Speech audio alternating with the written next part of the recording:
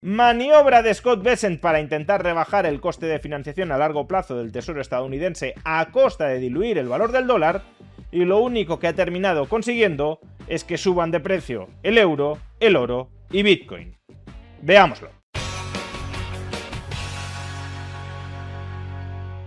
El Tesoro de los Estados Unidos acaba de anunciar una operación financiera bastante peculiar. Desde este próximo 9 de septiembre al próximo 4 de noviembre, solo un día después de las elecciones de medio término, duplicará como poco sus recompras de deuda pública a largo plazo mediante la emisión de nueva deuda pública a corto plazo. ¿Y cuál es exactamente el sentido de esto? Bueno, para entenderlo conviene que nos fijemos en dos cifras. ¿Cuál es ahora mismo el tipo de interés de la deuda pública a corto plazo de los Estados Unidos y cuál es el tipo de interés de la deuda pública a largo plazo? Como veis, el tipo de interés de la deuda pública a un año ronda el 4%, de hecho ni siquiera alcanza el 4%.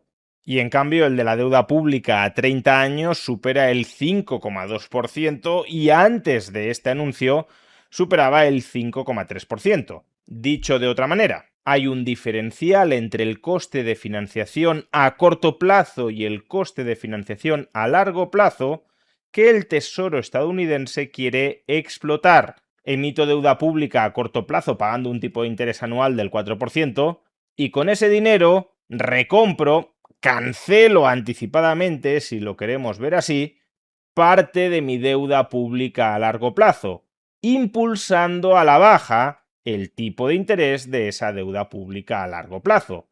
No en vano, en el vídeo que publicamos hace 2 días en este canal, ya expusimos que los tipos de interés de la deuda pública a largo plazo se estaban disparando en prácticamente todo el mundo y que eso constituía un problema financiero para los gobiernos, de tal manera que resultaba esperable algún tipo de intervención para tratar de contener ese estallido en los tipos de interés a largo plazo. Pues bien, esta operación financiera de emito deuda a corto para recomprar deuda a largo es un ejemplo de esas intervenciones que probablemente sigamos viendo en el futuro para intentar frenar el aumento de los tipos de interés a largo plazo. Sin embargo, no nos creamos que este tipo de intervención es mágica, como si demostrara que el Tesoro estadounidense puede manejar los tipos de interés a largo plazo sin ningún tipo de consecuencia económica negativa. No es así. De entrada, daos cuenta de que el efecto que ha tenido este anuncio ha sido bastante cortoplacista. Ayer, nada más confirmarse la noticia, es verdad que el tipo de interés de la deuda pública a largo plazo cayó de una manera más o menos apreciable. Estamos hablando de unas 2 décimas, tampoco una caída extraordinaria, pero sí se percibe con claridad en el gráfico. Sin embargo, hoy el coste de financiación prácticamente ha subido todo lo que cayó ayer. Y es que, a ver, para que esta intervención pueda tener una influencia mucho más sostenida en el mercado, debería tener un tamaño mucho más sustancial.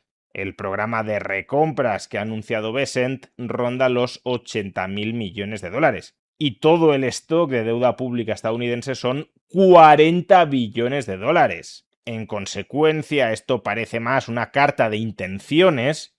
El Tesoro estadounidense tiene la intención de intervenir en el tramo largo de la curva de rendimientos, tiene la intención de intervenir en el tipo de interés a 10, a 20 o a 30 años para evitar que se desmadre. Pero de momento la carne que ha colocado en el asador es insuficiente para dejarse notar. Y aquí va la otra parte del argumento. Imaginad que el Tesoro ejecuta esta operación a muchísima mayor escala. Es decir, emite mucha más deuda a corto plazo para recomprar deuda a largo plazo y de esa manera arbitrar, digámoslo así, el tipo largo con el tipo corto y reducir, disminuir significativamente y de un modo más o menos estable el tipo de interés a largo plazo. ¿Cuáles serían los efectos económicos de esta medida? De entrada, que iría aumentando el peso de la deuda pública a corto plazo sobre la deuda pública total, algo que, por cierto, ha ido sucediendo en los Estados Unidos durante los últimos años. Como veis, en 2014 la deuda pública a menos de 2 años representaba el 37% de la deuda pública total. hoy ya es el 45%. Y la consecuencia más inmediata y obvia de esto es que un porcentaje creciente de toda la deuda pública estadounidense hay que ir renovándolo cada poco tiempo, cada año o cada 2 años. La deuda pública a 30 años la emite el Tesoro hoy y hasta dentro de 30 años no necesita refinanciarla. La deuda pública a 1 año o a 2 años la emite hoy el Tesoro y el año que viene o en 2 años tiene sí o sí que refinanciarla en los mercados. Por eso, como digo, cuanto más pese la deuda pública a corto plazo sobre el total, más billones de dólares tiene que refinanciar el Tesoro cada año. Pero bien, este solo es el efecto más directo y más inmediato. Hay otro efecto más indirecto y menos obvio que sin embargo resulta mucho más relevante para el Tesoro y para el sistema monetario estadounidense. Y es que la Reserva Federal de los Estados Unidos, el banco central del país, apenas tiene influencia sobre el tipo de interés a largo plazo de la deuda pública. Lo hemos visto durante los últimos años. El tipo de interés de la Reserva Federal ha ido cayendo y, sin embargo, el tipo de interés de la deuda pública a 30 años ha ido subiendo, porque en la determinación de esos tipos de interés tan a largo plazo entran otros factores muy distintos al tipo de interés a corto plazo de la Reserva Federal. Sin embargo, y aquí está la clave, sobre el tipo de interés de la deuda pública a corto plazo, la Reserva Federal sí ejerce una influencia mucho más poderosa. Y es que la propia Reserva Federal proporciona financiación a corto plazo al tipo de interés que ella misma marque contra la deuda pública a corto plazo. ¿Esto qué significa? Imaginad que la Fed establece un tipo de interés del 2% y una letra del Tesoro estadounidense está pagando un tipo de interés del 3%. Pues bien, las entidades financieras elegibles con la Fed pueden comprar esa letra del Tesoro pidiéndole financiación al 2% a la Reserva Federal. Me endeudo al 2% y cobro el 3%, de tal manera que ese diferencial entre el tipo de interés de la Fed y el tipo de interés de la deuda pública a corto plazo se estrecha muy sustancialmente. Con lo cual, seguidme en el argumento. Si un porcentaje cada vez mayor de la deuda pública estadounidense es deuda pública a corto plazo y la Reserva Federal a su vez tiene una influencia muchísimo mayor sobre el tipo de interés de la deuda pública a corto plazo que sobre el tipo de interés de la deuda pública a largo plazo, entonces lo que estamos diciendo es que cada vez el coste financiero de financiación y de refinanciación del Tesoro estadounidense estará más en las manos de la Reserva Federal. Y esto en principio debería ser preocupante para el Tesoro, porque imaginad que la Reserva Federal necesita subir sus tipos de interés para contrarrestar a corto plazo la inflación. Pues entonces, si casi toda tu deuda pública es a corto plazo y el coste de financiación de esa deuda pública lo marca la Fed, eso significa que los gastos financieros del Tesoro durante esos años de altos tipos de interés por parte de la Fed se dispararán. Por eso, en principio, parece mucho más prudente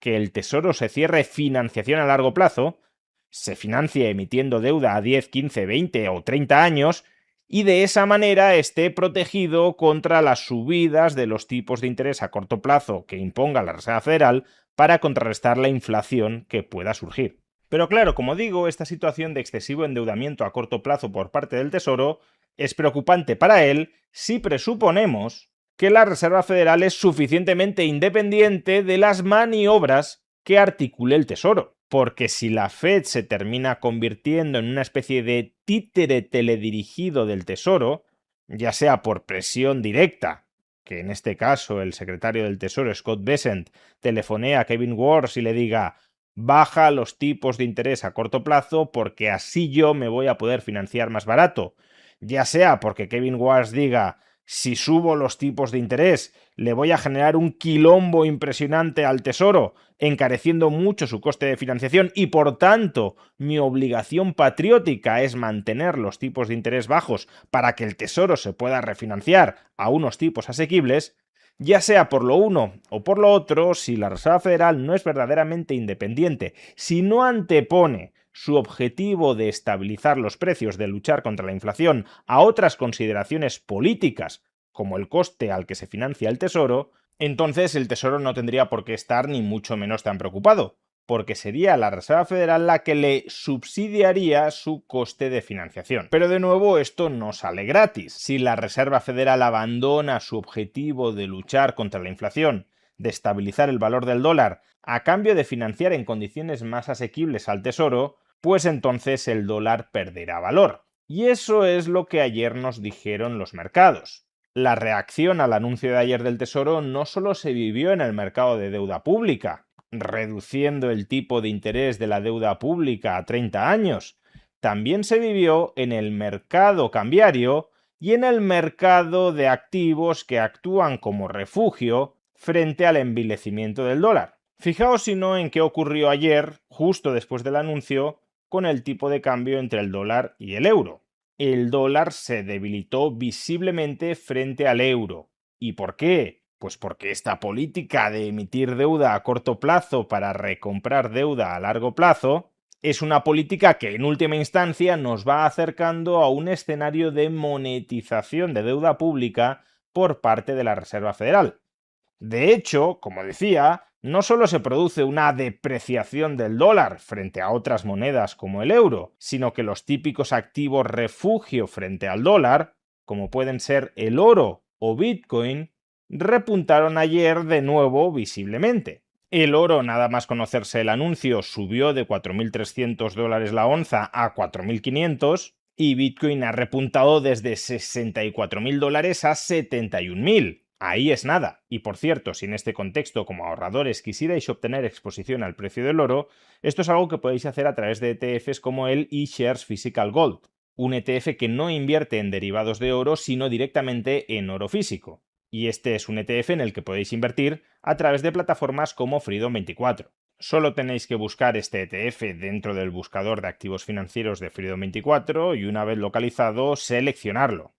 Cuando lo seleccionéis, entraréis en el perfil de este ETF, de este activo financiero, donde encontraréis toda la información principal sobre el producto. Y desde esta página solo tendréis que seleccionar la opción de invertir y escoger la cantidad de dinero que queréis inmovilizar en él. Además, recordad que Freedom24 acaba de lanzar su plan de inversión recurrente en ETFs, de tal manera que si quisierais invertir periódicamente en oro, podríais hacerlo acogidos a este plan y os beneficiaríais de un coste de adquisición de cada una de las participaciones en este ETF de oro del 0%, es decir, no os costaría nada.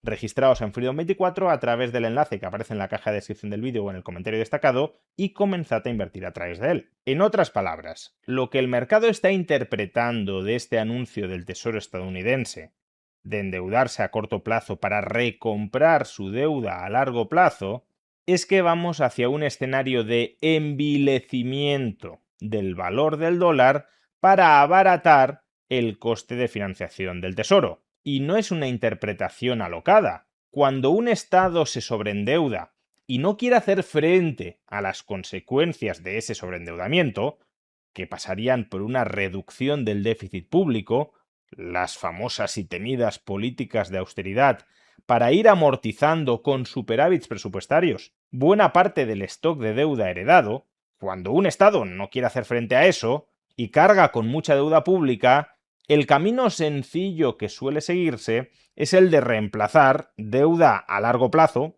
que es cara, por deuda a corto plazo, que durante un tiempo es barata. No digamos ya si además puedes instrumentalizar al Banco Central para manipular el coste de financiación de la misma.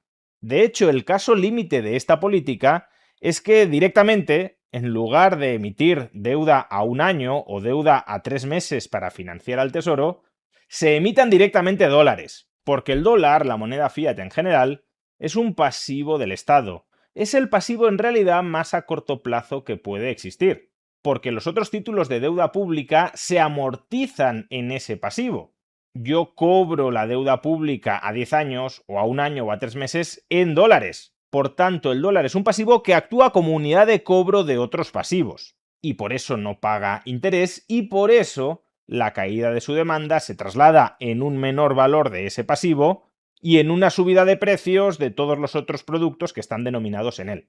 Entonces, como digo, cuando un tesoro va reduciendo la duración de sus emisiones, concentrando cada vez más su endeudamiento en plazos más cortos, eso lo deja mucho más expuesto a las fluctuaciones de los tipos de interés, salvo que sea el propio Tesoro el que manipule, el que maneje esos tipos de interés a corto plazo a través del Banco Central. Pero eso significa que se destruye el valor de la moneda para limitar el coste de financiación del Tesoro. Y por tanto la consecuencia es que la inflación se dispara. En el vídeo de hace unos días ya os expliqué que ante la continuada subida de los tipos de interés a largo plazo, los estados tendrían que reaccionar de alguna manera, o bien recortando el gasto, que sería la manera sana de hacerlo, o bien imponiendo medidas de ahorro forzoso sobre la población. La inflación no deja de ser un mecanismo de ahorro forzoso, de expropiación forzosa, de la capacidad de gasto de los ciudadanos. Diluyo el valor de lo que tienes para que tú puedas gastar menos y yo pueda gastar más. Y eso, repito, es lo que el mercado está empezando a interpretar a partir de estos movimientos. No porque lo anunciado en sí mismo vaya a generar inflación. Como he dicho, estamos hablando de una operación de un máximo de 80.000 millones de dólares, que para las finanzas públicas estadounidenses es la nada. Ahora bien, esta política sí puede estar marcando un nuevo rumbo de actuación por parte del Tesoro. Nos está diciendo que Scott Bessent, y no solo los republicanos, sino en realidad todo el establishment político estadounidense, están preocupados por el coste de financiación de la deuda pública a largo plazo, y que están dispuestos a intervenir en el mercado para rebajarlo. ¿Y cómo pueden intervenir en el mercado para rebajarlo? Pues a través de las tretas que acabo de exponer, que diluyen a largo plazo el valor del dólar. Por eso no es casualidad que el tipo de interés de los bonos a largo plazo haya bajado temporalmente y al mismo tiempo hayan subido con claridad el euro, Bitcoin o el oro, porque la clase política estadounidense prefiere robar a los tenedores de dólares antes que dejar de gastar.